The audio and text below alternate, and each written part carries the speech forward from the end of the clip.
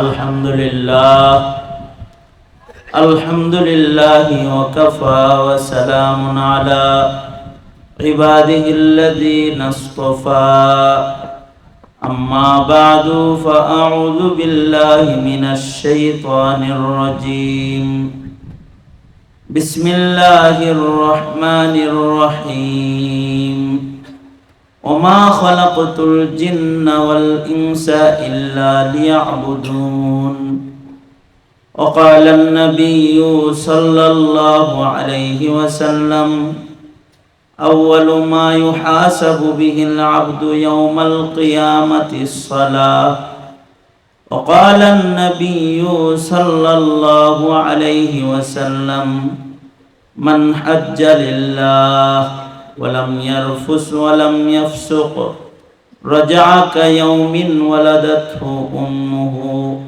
أو كما قال عليه الصلاة والسلام اللهم صل على محمد وعلى آل محمد كما صليت على إبراهيم وعلى آل إبراهيم إنك حميد مجيد اللهم بارك على محمد وعلى آل محمد كما باركت على إبراهيم وعلى آل إبراهيم إنك حميد مجيد নুরানি তালিমুল কোরআন board Chittagong কর্তৃক পরিচালিত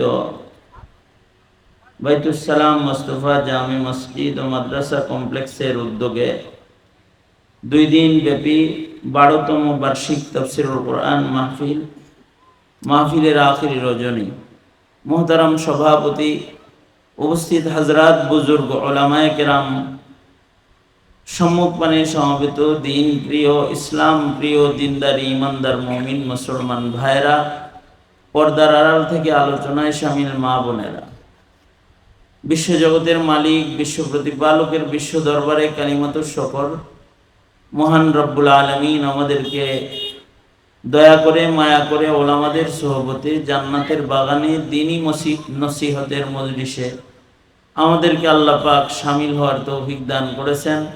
কালিমাতুশ শুকর পড়ি, শুকরিয়া আদায় করি, জবান খুলে মুহাব্বতে বলুন আলহামদুলিল্লাহ।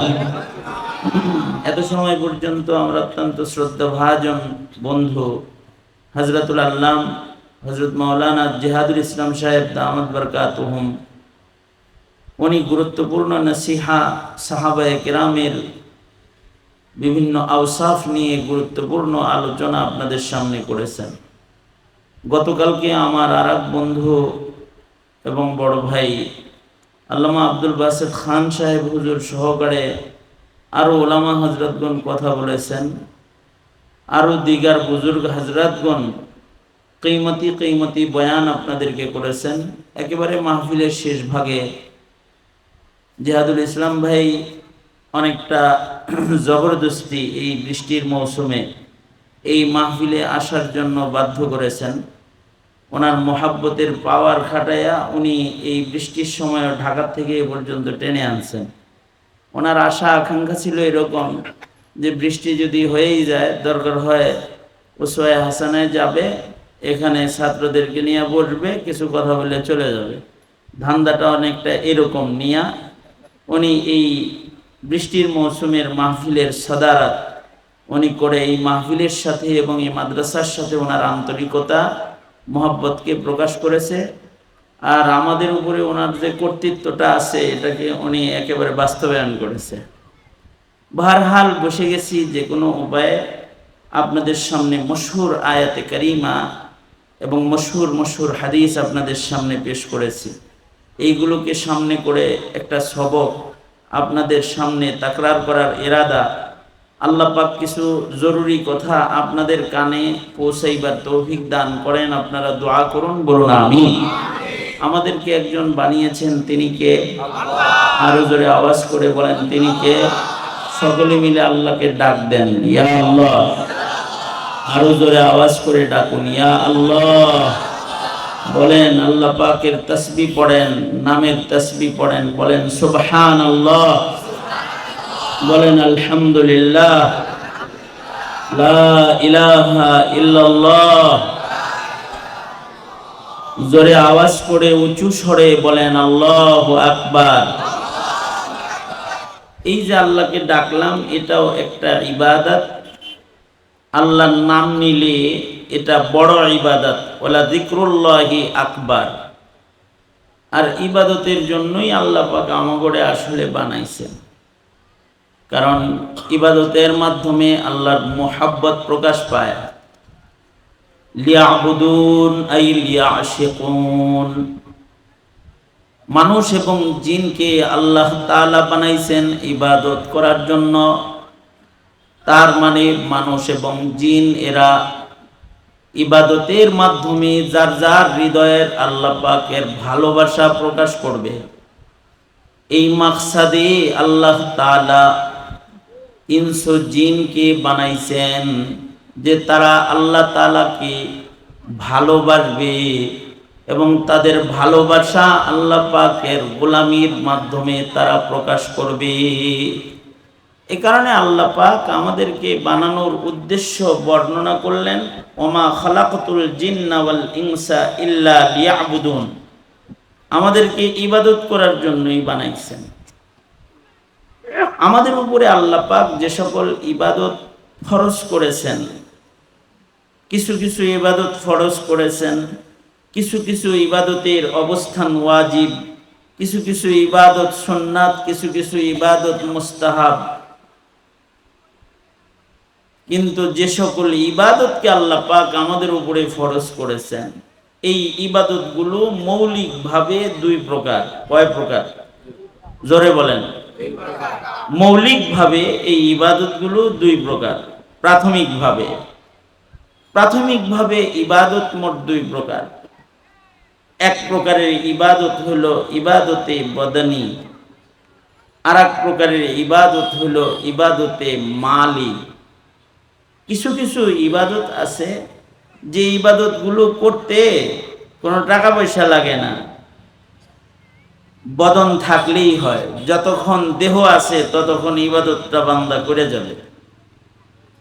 বদন দিয়েই ইবাদতগুলো করতে হয়। বদনী ইবাদতের মধ্যে গুরুত্বপূর্ণ শ্রেষ্ঠ ইবাদত হলো নামাজ। নামাজ পড়তে টাকা লাগে না, তবে নামাজ পড়তে শরীর লাগে, বদন লাগে। এটা ইবাদতে বদনী। ইবাদতে বদনী শারীরিক ইবাদত। কারোর যদি শরীর কমজোর হয়, কারণ সবার শরীরে শক্তি একরকম নয়। কিছু মানুষ আছে হাঁটতে পারে, কিছু মানুষ আছে হাঁটতে পারে না। কিছু মানুষ আছে বসে থাকতে পারে, আর কিছু মানুষ আছে বসে থাকতেও পারে না। আল্লাহ পাকের আজব ইনসাফ। এই কারণে এই বদনী ইবাদত আদায় করার জন্য আল্লাহ পাক রকমারি তরিকা দান করেছেন। যারা বদনী ভাবে সক্ষম তাদের দাঁড়ায় নামাজ পড়তে আদেশ করেছেন।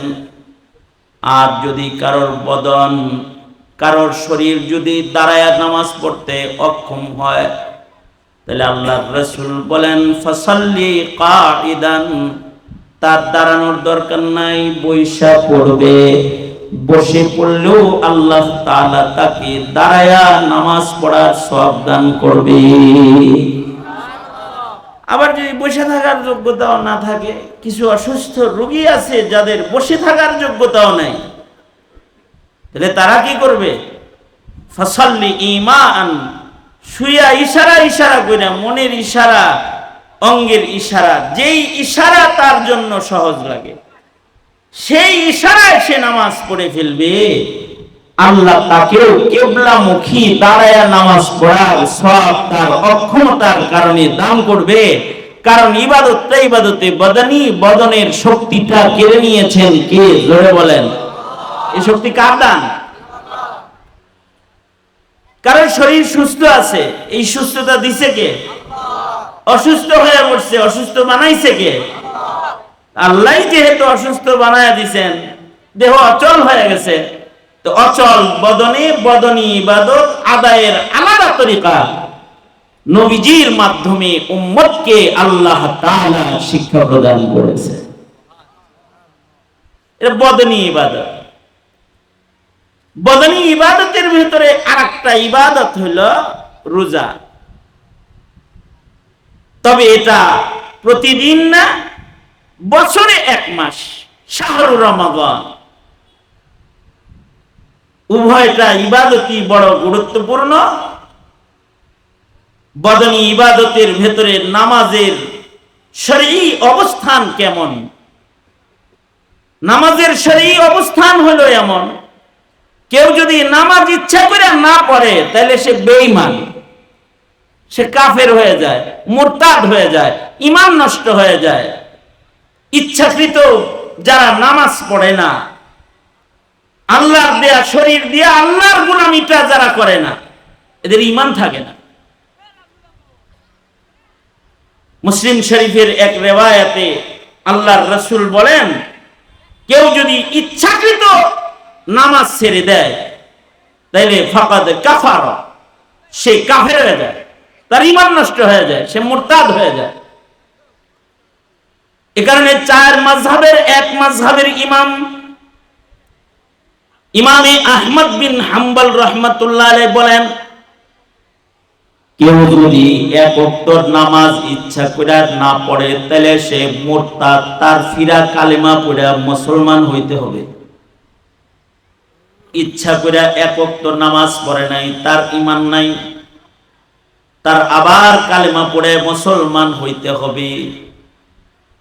কারণ যে নামাজ পড়ে না সে কাফের হয়ে গেছে, তার ঈমান নষ্ট হয়ে গেছে। কত শক্ত কথা ইমামে আহমদ বিন হাম্বল বলেছেন। ইমাম আহমদ বিন হাম্বল বলেন, কেউ যদি নামাজ অস্বীকার করে পড়তে তাহলে তার ঈমান নষ্ট হয়ে গেছে। শরঈ আদালতের বিচার হলো তার মৃত্যুদণ্ড, তাকে ফাঁসি দিয়ে দাও, তার গর্দান কেটে ফেলো। যে তার গর্দানকে আল্লাহর কদমে রাখতে রাজি না, আল্লাহর জমিনে তার গর্দান তার ঘাড়ের উপরে থাকার উপযুক্ত না, তার মৃত্যুদণ্ড দেওয়া হবে। আমাদের সমাজে, আমাদের ঘরে সবাই খুব ইনসাফের নজর দিয়া, আমার এই কথাটা খুব খেয়াল করে শুনেন।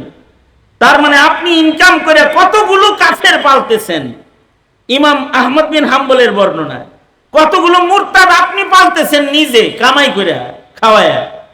আর মনে করেন আপনার ঘরে এমন সন্তান আছে যে ইচ্ছা করে নামাজ পড়ে না, এমন ছেলে আছে যে ইচ্ছা করে নামাজ পড়ে না, এমন মেয়ে আছে যে ইচ্ছা করে নামাজ পড়ে না, এমন বিবিকে আপনি লালন পালন করেন নিজের অর্থ দিয়া, যেই বিবি ইচ্ছাকৃত বেনামাজি, তার ঈমানের অবস্থা আহমদ বিন হাম্বলের বক্তব্য মাফিক আপনি একটা বেঈমান পালতেছেন। আপনার আমার ঘরে যারা ইচ্ছাকৃত বেনামাজি, এগুলো সব তাদের ঈমান নামাজ নামক ইবাদত বর্জন করার মাধ্যমে নষ্ট করে ফেলতেছে।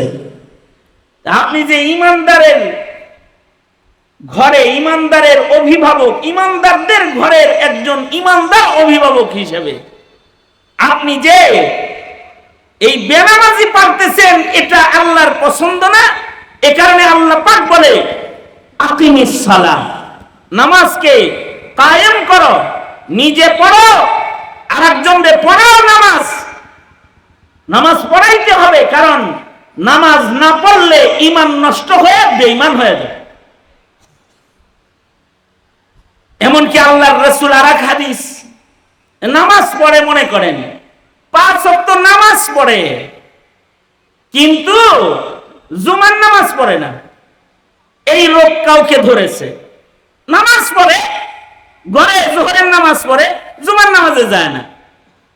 যদি এমন কোন রোগ কারোর ভেতরে পাওয়া যায় যে সে 5 বেলা নামাজ পড়ে, কিন্তু জামাতে না যাইতে জুমায় জামাতে হাজিরি দেওয়ার মতো গুরুত্ব তার নাই, এই রোগও তারে ধরে ফেলেছে। নামাজ পড়ে কিন্তু ঘরে পড়ে। কেউ যদি ঘরে নামাজ পড়ে তাহলে তার কি অবস্থা? আল্লাহর রাসূল একদিন নামাজের সফ সুজা করতেছিলেন মসজিদের ভিতরে। নামাজের সফ সুজা করতে যে আল্লাহর রাসূল ঘোষণা দিয়ে বললেন যে তোমরা যারা নামাজে এসেছো, আমার মনে চায় এখন যে আমার জায়গায় আমি কাউকে ইমাম বানায়া তোমাদের নামাজের ইমামতি করার দায়িত্ব দিয়া যারা যারা জামাতে হাজির হয় নাই, আমার মনে চায় যে আমি যাই তাদের ঘর বাড়ি আগুন জ্বালায়া দিই, এটা মনে চায় আমার। আচ্ছা, এবার বুঝে থাকলে বলেন তো, নবীজির কি এমনি কিছু মনে চায়? কি কথা বলেন না কে? বুঝেন, কথা বুঝেন, ভয় পাওয়ার কোনো দরকার নেই। মাসালা গুলা খালি বুঝে যান, আর নিজে কোন জায়গায় আছেন এটা খালি মাইপা যান থার্মোমিটার দিয়ে, তারপরে বাচ্চারা যান গা। বেশি লম্বা ওয়াজের দরকার নেই তো। এত লম্বা ওয়াজ করে কি আছে যদি কিছু না বুঝেন? নিজের ভুল ত্রুটি যদি আন্দাজ করতে না পারেন, তাইলে 5 ঘন্টা বয়ান শুনে কি লাভ আছে? 10 ঘন্টা বয়ান শুনে কি লাভ আছে? দুনো হাত উপরে তোলেন, সোজা করেন, সোজা করেন। হাতের আঙ্গুল আছে তো? দেখান দেখি, নাড়াচাড়া দেন দেখি। জবান আসেনি? জবান আছে? মুখ আছে? মুখ আছে যে এটা বুঝেন তো। জোরে আওয়াজ করে বলেন আল্লাহু আকবার, জোরে বলেন সুবহানাল্লাহ, আলহামদুলিল্লাহ, লা ইলাহা ইল্লাল্লাহ, আল্লাহু আকবার। হাত নামান। এই যেমন আমার দিকে ছিলেন না, আমার প্রত্যেকটা কথা এই যা বলতেছি একটাও নিজের থেকে বলতেছি না, আমার বাপ দাদাদের কথাগুলো আমি হুবহু নকল করতেছি। এগুলো সবকের মতো। এটা আপনি মুখস্থ করবেন, আর আপনি নিজে নিজে চিন্তা করবেন যে কয়টা বেঈমান পালতেছেন, কয়টা মুনাফিক পালতেছেন, কয়টা জান্নাতি পালতেছেন, কয়টা দোজখী পালতেছেন। আপনি যে একটা জিম্মাদার, দায়িত্বশীল কি খালি মনে করছেন দেশের প্রধানমন্ত্রী আর প্রেসিডেন্ট আর এমপি? আপনিও তো দায়িত্বশীল। আপনারে আল্লাহ পাক একটা ঘরের প্রেসিডেন্ট বানাইছে, প্রধানমন্ত্রী বানাইছে। আপনার ঘরে কি হুকুমত জারি করছেন আপনি, এটা আল্লাহ পাক আপনাকে জিজ্ঞেস করবে না? জিজ্ঞেস করবে। তো মনে করেন আল্লাহর রাসূল বলতেছেন যে যারা জামাতে আসে না, আমার মনটা চায় যে তাদের ঘর বাড়ি আমি যে জ্বালায়া দেই। এই যে নবীজি কথাটা বললেন, নবীজির যে মনে চায়, এটা কি নবীর চাওয়া, নবীর কথা, না আল্লাহর চাওয়া, আল্লাহর কথা? কারণ আপনি মর্জি সে কভি কুছ नहीं कहते आका, अपनी मर्जी से कभी कुछ नहीं कहते आका, जो खुदा कहता है सरकार वही कहते हैं। নিজের থেকে কোনো কিছু আল্লাহর রাসূল বলে না, রাসূলে আরবি সেটাই বলে যেটা আল্লাহ বলে। মা ইয়ান্তিকু আনিল হাওয়া, নবীজির মুখ দিয়া নিজের ইচ্ছার কিছুই বের হয় না। নবীজির মুখে যা বের হয় সব কার কথা বের হয়? জোরে বলেন, আর জোরে বলেন, কার কথা বের হয়? তার মানে বেনামাজির ঘর জমিনে দাঁড়ায় থাক, এটা মহান রব্বুল আলামিন চায় না। তার মানে নবীর জ্বালায়া দিতে মনে চায়, মানে আল্লাহর এটা ইচ্ছা। কিন্তু আল্লাহ পাক বান্দাকে ছাড় দেন, দেখি যদি তওবা করে আল্লাহ তাহলে মাফ করে দিন। কারণ একদিকে তার জালাল আছে, আর একদিকে তার জামাল আছে। আল্লাহ পাক ওই শানওয়ালা মালিক, যার জালাল আর জামাল একসাথে চলে। আল্লাহু আকবার বলেন। আপনি আর আমি জালাল জামাল একসাথে চালাইতে পারব না। আপনি যখন রাইগা যাইবেন তখন রহম হারায়া যাইব। এইটা জায়গায় ফেরত আসতে সময় লাগবে। যখন জায়গায় ফেরত আসে তখন কিছু করার থাকে না, তখন আদালতে যে বলে যে রাগ করে গলা কাটছি, কিন্তু তখন আর কিছু করার থাকে না। অথবা কাজী অফিসে যে বলে রাগ করে তালাক দিছি, রহম আসে কিন্তু যখন আসার কথা তখন আসে না। একসাথে জালাল জামাল কোনো মাখলুকের চলে না, কিন্তু খালেকের চলে। খালেকের শান এটা, তিনি যখন জালাল আবার তখনই তিনি জামাল। এ কারণেই শত খুনের আসামিকেও মুহূর্তের ভিতরে তিনি মাফ করে দেন। আল্লাহু আকবার করে বলেন, শত খুনের আসামিকে মাফ করে দেন। এই যেমন মনে করেন এখন বাজে কয়টা? 11টা বেজে 19 মিনিট, তাই না? এই 11টা বেজে 19 মিনিটেও আল্লাহর জালাল যেমন চলতেছে, জামালও এরকম চলতেছে। জালাল চলতেছে, এই 11টা 19 মিনিটেও কিছু মানুষ মরতেছে, কিছু মানুষের ঘর বাড়ি পুড়তেছে, কিছু মানুষের ভূমিকম্পে ভরতেছে, কিছু মানুষ সাগরে ডুবে যাইতেছে। আর জামালও চলতেছে, কিছু মানুষ এই 11টা 19 মিনিটেই নতুন জন্মগ্রহণ করতেছে। তাদেরকে আল্লাহ পাক মায়ের স্তনের দুধের রহমতের খানা প্রদান করতেছে। একই টাইমে কিছু মানুষ ধনী হইতেছে, কিছু মানুষ নিজের সুন্দর সুন্দর নাজ নিয়ামত দিয়ে কিছু মানুষকে আল্লাহ তাআলা সুসজ্জিত করতেছে। আল্লাহু আকবার কাবীরা। একটা টাইম সব চলতেছে। এই টাইমেই কিছু মানুষ মরতেছে, কিছু মানুষ জন্মাইতেছে, কিছু মানুষ হাসতেছে, কিছু মানুষ কাঁদতেছে। যারা কাঁদতেছে তারা জালালের ধাক্কায় কাঁদতেছে, যারা হাসতেছে তারা জামালের নিয়ামত বরকত পায় হাসতেছে। এই কারণে একদিকে যারা নামাজ পড়তেছে তাদের উপরে আল্লাহ পাকের জামাল চলতেছে, আর যারা জামাতে যাইতেছে না তাদের প্রতি আল্লাহর জালাল চলতেছে। আল্লাহর রাসূল বলে, মনে চায় আমার ঘর বাড়ি জ্বালায়া দেই। যারা জামাতে নামাজ পড়ে না তারা জামাতে যে অনেক সময় জুমার নামাজও পড়ে না, 5 ওয়াক্ত নামাজ পড়ে কিন্তু জুমার নামাজ পড়ে না। যদি এই জুমার নামাজ, গতকালকে যে জুমা গেল, এই জুমার নামাজ না পড়ার খাসিলত যদি কারোর ভেতরে সেটেল হয়ে যায়, মাত্র 3 সপ্তাহ। কয় সপ্তাহ? জোরে বলেন, কয় সপ্তাহ? আজকে কলম দিয়া নিজে বাইতে যায় লিখবেন আপনার বাইতে কয়টা মুনাফিক আছে। মিয়া তামাশা করেন না? মৌলবীরা ওয়াজ করে এটা তামসা মনে করেন? আজকে কলম কাগজ নিয়ে বাড়িতে যায় লিখবেন কয়টা মুনাফিকের খানা আপনার ঘরে রান্না হয়।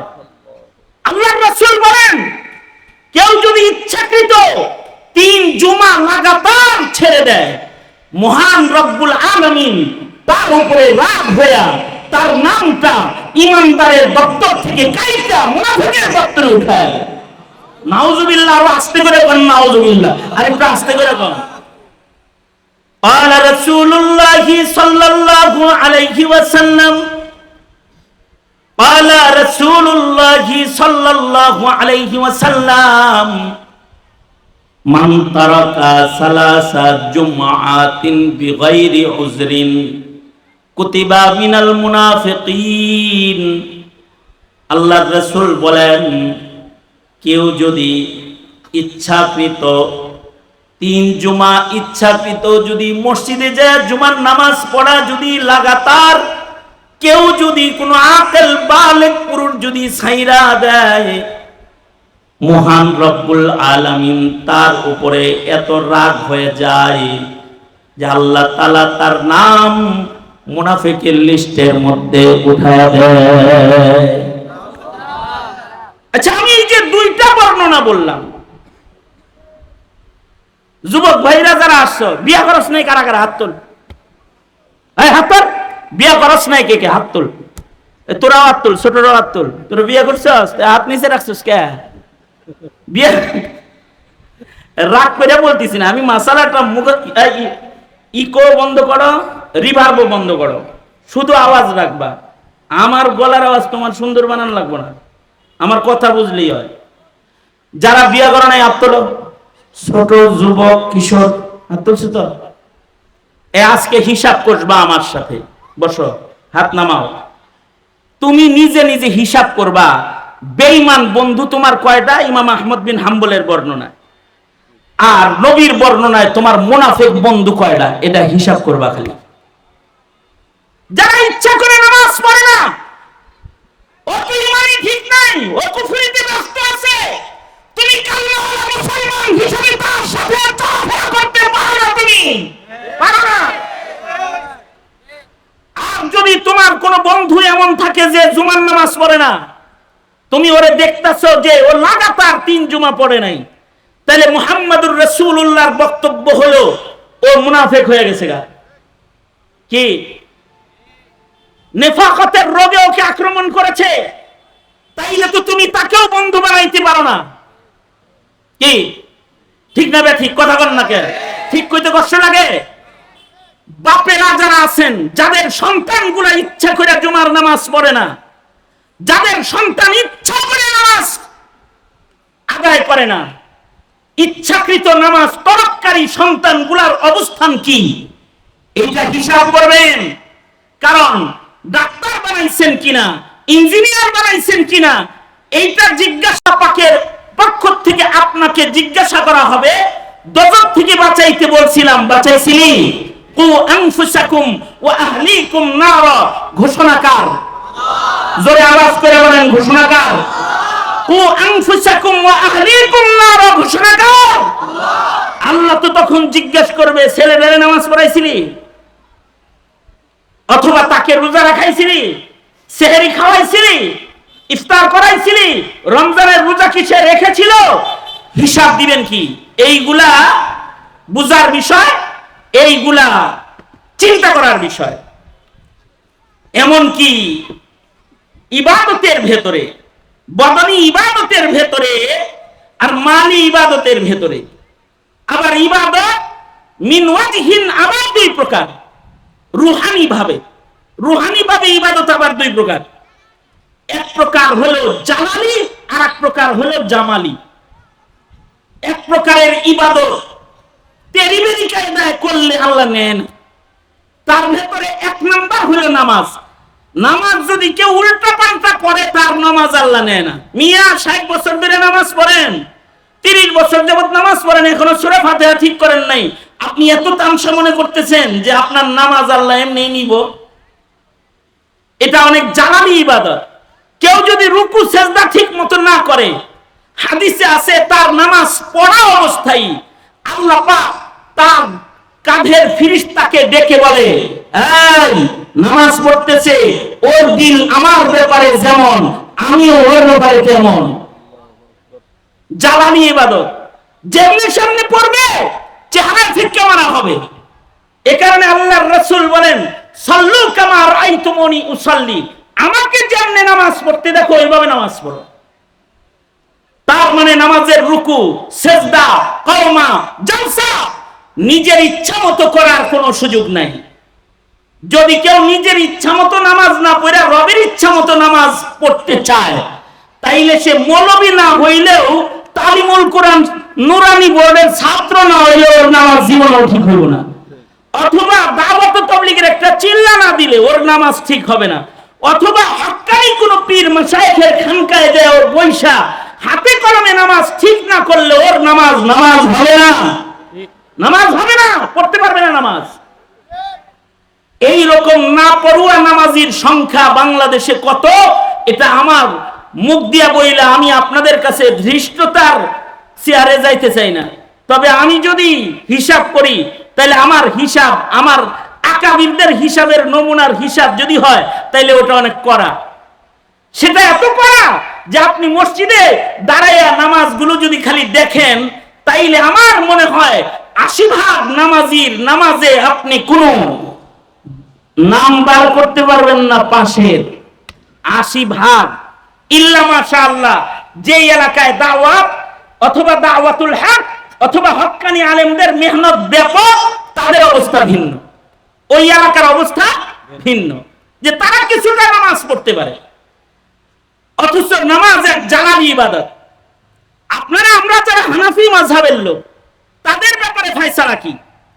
তাদের ব্যাপারে ফয়সালা হলো, ইমামে আযম আবু হানিফা রাহমাতুল্লাহ আলাইহি বলেন, যারা নামাজ পড়ে না ইচ্ছা কইরা তাদেরকে জেলখানায় ঢুকায় দাও। তাদের বসবাসের জায়গা স্বাভাবিক ঘর বাড়ি না, তাদের বসবাসের জায়গা হইল জেলখানা। বুঝছেন বিষয়টা? কথাটা শোনা গেছে? কে কে শুনছেন হাত তোলেন দেখি। ইমামে আজম কি বলে আমার সাথে বলেন তাহলে। ইমামে আজম কি বলে? যারা ইচ্ছা করে নামাজ পড়ে না ওদের থাকার জায়গা কোনটা? ওর ঘর বাড়ি, এসি রুম আর এসি দোকান, এসি অফিস, এসি গাড়ি, নাকি জেলখানা? জোরে আওয়াজ করে বলেন জেলখানা। তার মানে কেউ যদি নামাজ না পড়ে তাহলে শরঈ বিধান হলো মুসলিম দেশের সরকার তাকে জেলখানায় পাঠিয়ে দিবে। দুঃখজনক বিষয় হলো এই দেশের সরকার এখন টুপিওয়ালা দাড়িওয়ালাকে মিথ্যা মামলা, জঙ্গি মামলা দিয়া জেলখানায় ঢুকাইলেও মক্খর জাকার পাপাচার যারা তাদেরকে আযাব ছেড়ে দেওয়া হয়, ছেড়ে দেওয়া হয়। আমি ধন্যবাদ জানাই মাননীয় স্পিকার মহোদয়কে যে তিনি নামাজের সময় সংসদ বিরতি দিয়েছেন। ধন্যবাদ জানাই আমি। নামাজের সময় হয়েছে তো সংসদের কার্যক্রম বিরতি দিয়ে বলেছে নামাজের টাইমে সংসদে বিল টিল পাশের কোনো কিছু চলতে পারে না। অবশ্যই এই সরকারের এটি একটি সফলতা, কিন্তু আমি আরো সফলতার দিকে যাইতে গিয়ে বলবো স্পিকার মহোদয়, আপনার সংসদে নামাজের বিরতির সময় যারা নামাজ পড়ে না এদেরকে মুসলিম পরিচয়ে চলাফেরা করা তো এক মাযহাবের ইমাম, হাম্বলি মাযহাবের ইমাম, সে সমর্থন করে না। কি কথাটা শক্ত হয়ে গেলে খুচা লাগলে পারে কিছু করার নাই। মানে যদি নামাজের বিরতি চললো কিন্তু নামাজ পড়লো না, সে মুসলমানের প্রতিনিধি না, সে কাফেরের প্রতিনিধি হয়ে গেল, সে বেঈমানের প্রতিনিধিত্ব করলো তখন। অর্থাৎ বেঈমান, আর এক হাদিসে আছে বেঈমান আর মুসলিমের ভেতরে ব্যবধান হলো নামাজ। বেঈমান আর কাফেরের ভেতরে ব্যবধান কি? নামাজ। তারকুস সালাত, কেউ যদি নামাজ ছেড়ে দেয় তাহলে কাফেরের রঙে রঙিন হয়ে গেছে সে। সুতরাং আমার এই যে এতক্ষণ যে মাত্র আধা ঘন্টা ওয়াজ ফরমাইলাম না, এই আধা ঘন্টার ওয়াজের ফরমানির ভিতর থেকে কিছু যোগ বিয়োগ হিসাব নিকাশ আপনারা আপনাদের ব্যক্তি জীবনে করবেন। কি করবেন তো ইনশাআল্লাহ? জোরে বলেন না, করবেন তো ইনশাআল্লাহ? তার মানে বাড়িতে বেনামাজি পালা যাবে না, আইন করে অপরাধ বন্ধ করতে পারবেন না, বাহিনী লাগাইয়া গোয়েন্দা লাগাইয়া অপরাধ বন্ধ করতে পারবেন না, কিন্তু মহান রব্বুল আলামিন বলতেছেন নামাজ কায়েম করো, ইন্নাস সালাতা তানহা আনিল ফাহশাই ওয়াল মুনকার। যারা নামাজি হয়ে যাবে তারা অপরাধ করতে পারে না। আল্লাহু আকবার, জোরে বলেন। নামাজি অপরাধ করতে পারে না। আপনারা বলবেন হুজুর কিছু কিছু নামাজিকে দেখা যায় যারা নামাজও পড়ে সুদের কারবারও করে, নামাজও পড়ে, হজও করে, ঘুষও খায়, দুর্নীতিও করে, হারামও কামায়, নামাজও পড়ে, তসবিহাতেও ঘুরে, মসজিদে যায় ইমাম সাহেবের পিছনে যায় বসে থাকে, আবার উল্টা পাল্টা কাজের নেতৃত্ব দিয়ে ফেলায়।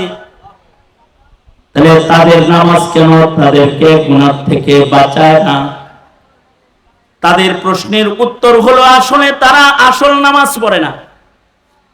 কারণ নামাজ কিছু রুকু সেজদার নাম নয়। রুকু সেজদা কইরাও যদি কারোর নামাজে কারোর দিল না থাকে তো রাসূল বলে লা সালাতা ইল্লা ফি হুজুরিল কলব। যার নিয়ত ভালো হয় নাই, যার নামাজের ভিতরে কলব হাজির নাই, সে আছে নামাজে কিন্তু তার দিল নামাজের সেজদার মধ্যে নাই। সে যখন সেজদা দিছে, সে যে রবের কদমে সেজদা দিছে এই দিল তার নাই। সে যে রবের সামনে দাঁড়াইছে এই দিলের অবস্থান তার নাই। তাহলে তার নামাজ নামাজ হবে না। মহান রব্বুল আলামিন গাফেল দিলের নামাজির নামাজকে নামাজ হিসেবে নেন না। তার মানে বুজুর্গরা বলেন কেউ যদি নামাজও পড়ে আকামও করে তাহলে বুঝবা তার হয়তো নামাজের মাসাইলে সমস্যা, তাছাড়া তার নামাজের নিয়তে সমস্যা, তাছাড়া তার নামাজের ভেতরে গুরুত্বহীন নামাজের অবস্থান। অথবা সে অন্য কোনো মাকসাদে নামাজ পড়ে, আল্লাহকে রাজি করার জন্য নামাজ পড়ে না। ইলেকশনের আগে বহু নেতাকে জুমার নামাজ পড়তে দেখা গেছে, কিন্তু এখন মসজিদে খুঁজে পাওয়া যায় না। আপনাদের কথা বলতেছি না, এলাকার কথা। আমি আমার এলাকার প্রথম গাইতেছি আর কি। মনে করেন একটা সময় গেছে আমাদের ঢাকাতে প্রতিটি মসজিদের প্রথম কাতারে সংসদ সদস্যদের অবস্থান ছিল। ওনারা নামাজের আগে খতিব সাহেবের ওয়াজের সাথে কিছু শেয়ারও করছে, তার মানে ওনারা বয়ানও করছে। কিন্তু এখন যদি জুমার নামাজে হাজির না পাওয়া যায়, তাহলে প্রমাণিত হবে তার আগের জুমার নামাজগুলো আল্লাহ খুশি করার ছিল না, ভোট কালেকশন করার নামাজ ছিল ওগুলো। স্বার্থের নামাজ যারা পড়বে, ওই নামাজ দিয়ে রবকে খুশি করা সম্ভব হবে না, তার দ্বারা ন্যায় আর আদালত প্রতিষ্ঠাও সম্ভব হবে না। এ কারণেই রাজত্বের আসনে যাওয়ার পরে যাদের নামাজ ঠিক নাই তাদের দ্বারা দুর্নীতি হয়ে যায়, কিন্তু যাদের নামাজ ঠিক আছে তারা দুর্নীতি করতে পারে না। যেমন শাসকের ভেতরে এমন কিছু শাসক ছিলেন যারা দিনদার, নামাজি, পরহেজগার ছিলেন। খালি দিনদার নামাজি ছিলেন না, বড় মুত্তাকি ছিলেন। এমন একজন শাসকের নাম আমি আপনাদের সামনে উচ্চারণ করতেছি, যেমন বাদশাহ আলমগীর রহমাতুল্লাহি আলাইহি। এই ভারতবর্ষের বাদশাহ ছিলেন বাদশাহ আলমগীর। আওরঙ্গজেব নামে যাকে ইতিহাসের পাতায় চিনে, বাদশাহ আলমগীর, যিনি ফতোয়ায়ে আলমগীরি লেখাছিলেন। কিয়ামত পর্যন্ত বাদশাহ আলমগীরের ফতোয়ায়ে আলমগীরি মাসাইলের মাধ্যমে এই পৃথিবীর মানুষদেরকে হালাল হারামের আলো বিতরণ করবে। আল্লাহু আকবার, জোরে করে বলেন। কে সে? কি রাজনীতিবিদ, বাদশাহ কিন্তু তিনি একজন বাদশাহ, কিন্তু তিনি একজন রাজা, কিন্তু তার মাধ্যমে ফতোয়া আলমগীরি লেখা হয়েছে মানুষ যেন হারামের উপরে না চলে, হালালের উপরে যেন চলতে থাকে। প্রত্যেকটা তাখাসসুস ফিল ফিকহের যে সকল শিক্ষাঙ্গনগুলো আছে সেখানে ফতোয়া আলমগীরি আলাদাভাবে পড়ানো হয়, মুতালা করানো হয় ছাত্রদেরকে। প্রত্যেকটা ফতোয়া বিভাগে ফতোয়া আলমগীরি মওজুদ আছে। এই বাদশাহ আলমগীর রহমাতুল্লাহি আলাইহি, উনিও তো রাজা ছিলেন, এখনো রাজা বাদশাহ আছে, কিন্তু উনার আমলে জুলুম প্রতিষ্ঠা পায় নাই। বাদশাহ আওরঙ্গজেব রাতের অন্ধকারে নিজের হাতে তরবারি দিয়া মদখোররে আগে কতল করছে, তারপরে পানি খাইছে। নিজে কসম খেয়ে ফেলেছে যে মদখোরকে যতক্ষণ পর্যন্ত হত্যা না করব ততক্ষণ পর্যন্ত আমি পানি পান করব না, জেনাকারকে যতক্ষণ পর্যন্ত শেষ না করব ততক্ষণ পর্যন্ত আমি খানা খাবো না, এরকম কসম করছে। এইভাবে দেশকে দুর্নীতি মুক্ত করেছিলেন বাদশাহ আলমগীর রহমাতুল্লাহি আলাইহি। উনি যখন নামাজে দাঁড়ায় থাকতেন তখন লম্বা নামাজ হতো, কখনো কখনো এশার পরে নামাজে দাঁড়াতেন, ফজর হয়ে যেত। আর ইমামে আজম আবু হানিফা পর্যন্ত যাইতেছি না, এই বাদশাহ আলমগীর পর্যন্ত গেছি। এই যুগের শাসকদের কথা বলতেছি, এই বাদশাহ আলমগীরের জমানার কথা বলতেছি। আবার এরকম ছিলেন, দেখেন উনি বাদশাহ, কিন্তু ওনার পরিবারের কেউ উমরাও করে নাই, হজও করে নাই। বাদশাহ কিন্তু হজও করে নাই। হ্যাঁ, স্যার হইছেন কে? নিজে তো করে নাই, ফ্যামিলির কেউ করে নাই। তো একজন ধনী মানুষ যা বলতেছে, আপনি রাজ্যের বাদশাহ, এখনো পর্যন্ত হজ করলেন না, হজে যান না কেন? আপনার এত পয়সার অভাব হয়ে গেছে? তো উনি বলতেন যে রাজত্বের রাজকোষাগারের ধন দৌলত দেখা কি তুমি আমাকে ধনী ধনী মনে করো? আমি তো যে এই যে রিজার্ভ ফান্ডে যে টাকাগুলো আছে অথবা ব্যাংকে সরকারি তহবিলে যে পয়সাগুলো আছে, আমি তো ওই পয়সার পাহারাদার, আমি তো মালিক না। আল্লাহু আকবার কালকে বললেন, সুবহানাল্লাহ কালকে বললেন, আজকে বলার দরকার নেই। তো উনি কি বলতেছেন? উনি বলেন আমি তো ওগুলোর পাহারাদার, আমি তো যার মালিক না। বাদশাহ আলমগীরের মতো বাদশাহিনা মিয়া একটা থানার এমপির চেয়ার দখল করে ফেললে তখন এই থানার প্রতিনিধির অবস্থা এমন হয়ে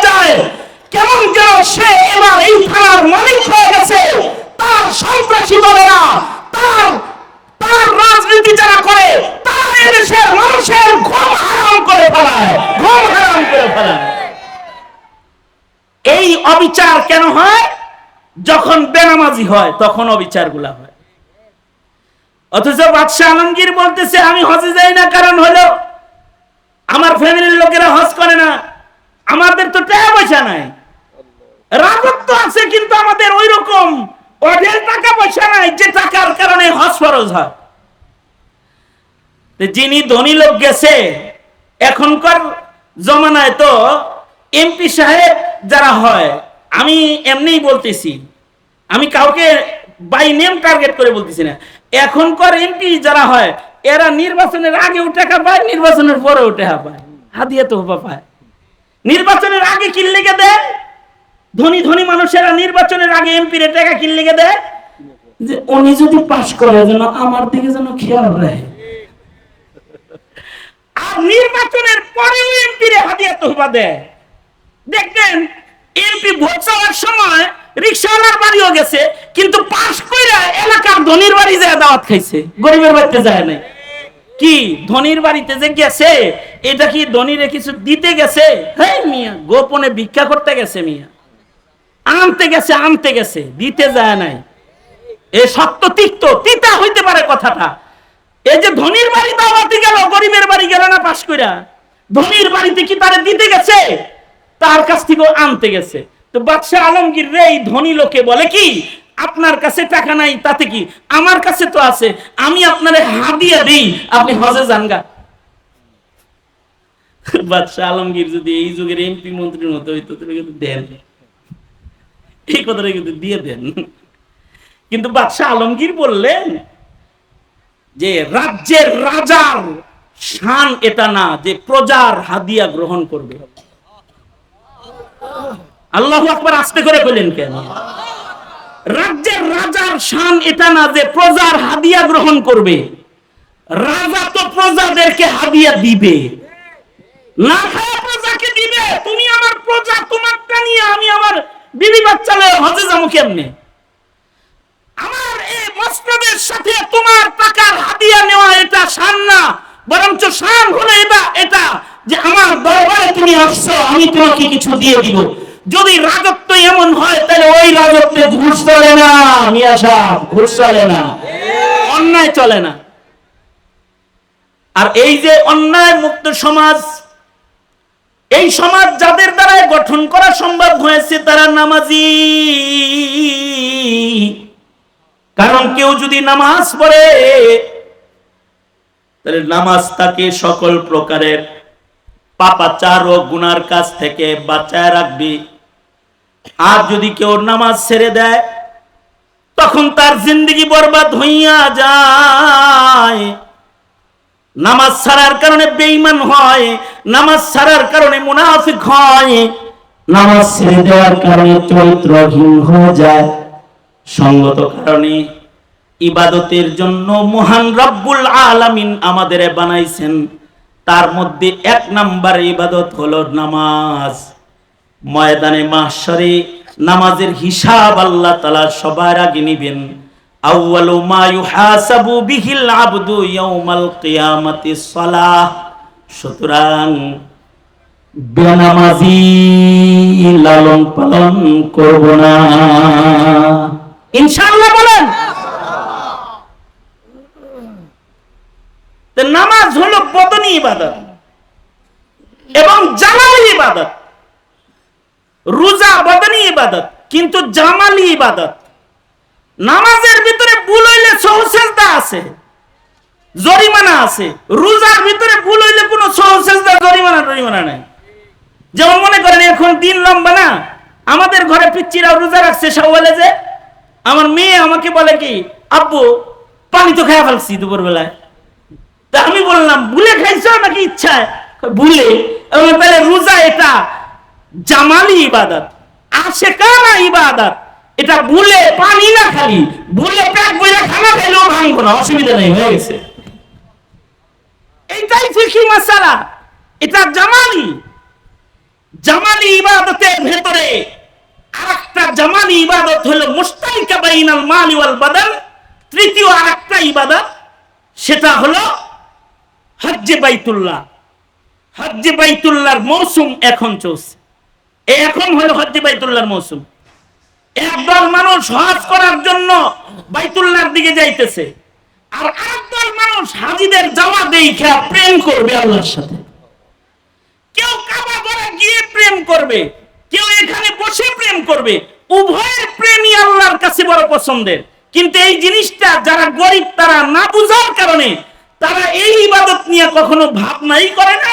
তারা মনে করে কি যে এটা ধনীদের কাম, আমাদের কাম না, এটা আমাদের টেনশন না, এটা ফ্যাক্ট, এটা তাদের যাদের মাল আছে, আমার জন্য এটা কোনো বিষয় না। এইরকম একটা অবস্থানে অনেকে চলে যায়। মনে রাখতে হবে, হজ এমন একটা ইবাদত যেটা দেহ এবং অর্থ দুইটার সমন্বয় করতে হয়, যেটা মুরাক্কাব ইবাদত, এমন ইবাদত যেটা মুশতারিকা বাইনাল মালি ওয়াল বাদান, টাকা এবং দেহের সমন্বয়ে ইবাদতটা করতে হয়। এখন কারোর কাছে যদি টাকা থাকে, যদি তার পাও না থাকে, তাইলে ইসলামের বিধান হলো যা পাও আছে তোমার টাকা দিয়ে তারে পাঠিয়ে দাও, হাঁটবই একজন। কিন্তু প্রেমের ইবাদত তো সব হইব পাও ছাড়া, না হাইটাও তোমার আমল নামায় তো সব দেখবো একজনের চোখ, কিন্তু সব হবে তোমার আমল নামায় কাবা দেখার। মিনা আরাফায় অবস্থান করবে দেহওয়ালা একজন, কিন্তু সব দিব তোমার আমল নামায়। কেমন যেন তুমি মিনায় গিয়েছো, তুমি আরাফায় গিয়েছো। এইটা যেমন প্রেমের কারণে দেহবিহীন টাকাওয়ালাকে আল্লাহ হজের সওয়াব দান করে, সেম যার দেহ আছে কিন্তু টাকা নাই, সে যদি এই আশুরুল হজ শুরু হয়েছে, হজের ফ্লাইট কাফন পরে পরে আল্লাহর বান্দারা কাবায় যাইতাছে, খবরের পাতায় এসে গেছে প্রধানমন্ত্রী হাজি ক্যাম্পে গেছে, ধর্মমন্ত্রী হাজি ক্যাম্পে গেছে, ঘরের ভেতরে খবর দেখতেছে অথবা পত্রিকার পাতায় শুনতাছে, পড়তাছে হজের সফর শুরু হয়ে গেছে। কাফন পড়ে পড়ে আল্লাহ প্রেমিকরা 5000 বছর আগে বাবা ইব্রাহিম যে আজান দিয়েছিল হজ্জে বাইতুল্লাহর আজান, ওইটায় যারা লাব্বাইক বলে ফেলেছিল তারা তো যাচ্ছে 5000 বছর পরে লাব্বাইক বলতে বলতে। আমি ফকির বুঝি ওই আজান শুনি নাই, ইব্রাহিমের আজান কি তাহলে আমার কানে আসে নাই? আমি কি লাব্বাইক বলি নাই? আমি রিকশা চালাই, আমি ভ্যান গাড়ি চালাই। কোন দরিদ্র, কোন গরিব মানুষ যদি দূর থেকে কাবার কথা স্মরণ করে কান্দা ফেলায়, অথবা নবীর রওজায় সালাম দেওয়ার ভাবনার কল্পনার রাজ্যে সে ঘোরাফেরা করে কান্দা দেয়, তো মহান রব্বুল আলামিন তাকে কাবার আশিক, নবীর আশিক হিসেবে কবুল করে লয়।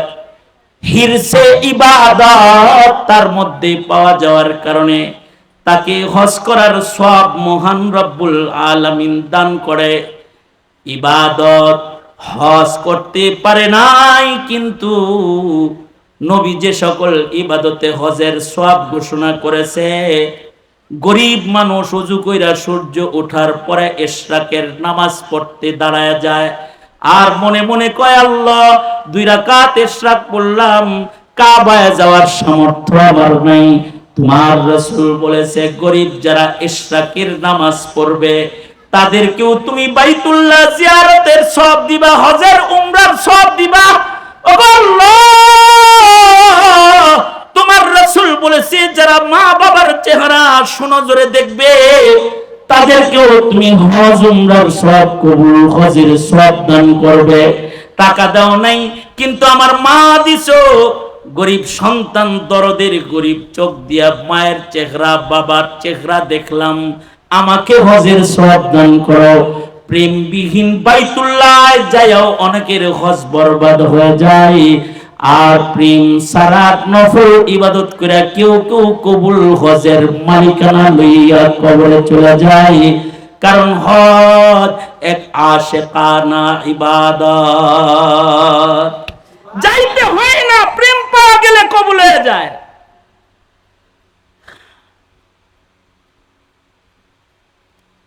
বাদশাহ আলমগীরের জমানায় ওলি বুজুর্গদের এক কাফেলা হজের সফরে রওনা দিছে। বাদশাহ আলমগীর হাজীদেরকে বিদায় দেওয়ার জন্য হাজী ক্যাম্পে গেছে, মানে সাফিনাতুল হুজ্জাজ যেখান থেকে হাজীদের জাহাজ ছাড়ে ওখানে গেছে। ওখানে যায় দেখে হাজীরা যাইতেছে হজ করার জন্য। বাদশা আলমগীর হাজীদের সামনে দাঁড়ায় কাঁদতেছে। তো হাজীরা উঠার সময় বলে, আলমগীর হজেও যাও না, আবার দাঁড়ায় দাঁড়ায় কান্দো কেরে? তে নবীর কাছে যা তোমার কথা কি কমো? কয় নবীজির কাছে যে আমার সালাম দিয়ে বলল যে ভারতবর্ষের ক্ষমতার জিম্মাদারির এক আযাব আমার কাঁধে আছে, যে আযাবের কারণে আমি ধনী হইতে পারতাছি না, হজের টাকাও জমা করতে পারতেছি না, আর জুলুম অত্যাচার মানুষ করবে এই ভয়ে দায়িত্বকে কার কাছে দিয়া হজের সফরেও যাইতে পারতেছি না। কিন্তু কাবা ঘরের প্রেম আমার দিলে জ্বলতেছে, আর রাসূলে যা বইল নবী প্রেমের আগুন আমার দাউ দাউ করে জ্বলতেছে, কিন্তু যাইতে পারতেছি না দারিদ্রতা ও দায়িত্বের কারণে। হাজীদের সাফিনা একদিক দিয়ে ছেড়ে দিছে, আর একদিক দিয়ে বাদশা আলমগীর বাড়িতে যায় ঘুমাইছে। ঘুমের ঘরে স্বপ্নে দেখে আল্লাহর রাসূল আয়েশা বলতেছে, আলমগীর যাইতে পারছ নাই, কিন্তু প্রেম তো দিলে আছে, এর লাগি আমি জিয়ারত করতে আসছি, তোর সাথে দেখা করতে আসছি। এটা একটা আশিকানা ইবাদত।